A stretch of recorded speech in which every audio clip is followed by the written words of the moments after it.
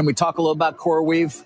My CoreWeave file. Because I want to hear what Jim's got to say. You know, this is a very important IPO coming up. As of now, supposed to be priced to start to trade on Friday. It's an important test for the IPO market. And if it doesn't go well, we're going to be talking about that too. And at this point, guys, I'm hearing a lot of stories, I say, on the negative side of the ledger when it comes to CoreWeave. Microsoft did make up 62% of CoreWeave's revenue in 2024 at $1.2 billion. That's quite a lot. The other thing he brought up that I thought was interesting was the concept of kind of CapEx overturn with regards to the hardware. This is something that is obviously a perennial problem for Bitcoin miners. But for these GPUs, there's a sliding scale here.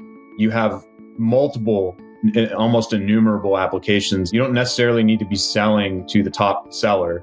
You can slide down on the scale. If you have older models, I'm sure you can find someone to pay for that compute. Maybe not for training, maybe for inference or some other form of work. I think that if you're a smart enough company, you can find ways to sell and offload that compute. I could be wrong, but that's just my gut. Whether or not CoreWeave is overpriced is another question entirely. We've seen them revise down their valuation upon IPO. I believe now they're going for like 27 billion valuation versus 35 before. They also revised down how much they expect to raise from 4 billion to 1.5 billion, which is still a huge figure. I think you said before we started recording, it'll be the largest tech IPO so far this year.